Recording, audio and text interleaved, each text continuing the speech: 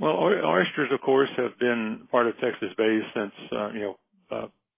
since the bays have been here, and they seem to have survived. We've had oyster reefs coming and going and moving about. In other words, growing in response to changing physical characteristics of bays.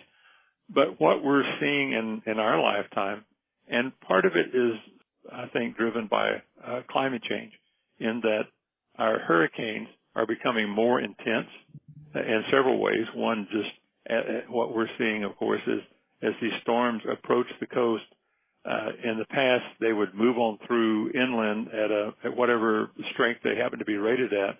But now we're seeing storms approach the coast, and because the waters are so much warmer than they have been in the past, they quickly intensify. And so the storms are we have higher intensity storms than we had in the past.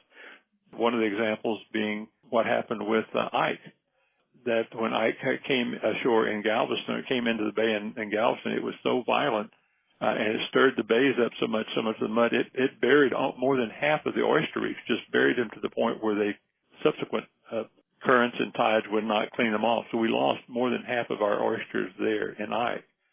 And the other storm of note related to oysters, Harvey, what that did was it produced so much rain, so much fresh water. Of course, we know about the impacts on the city of Houston and the tremendous flooding that they had never seen before. The largest continuous rainfall ever recorded. I can't even remember the numbers of inches of rain that fell in the 50s or something.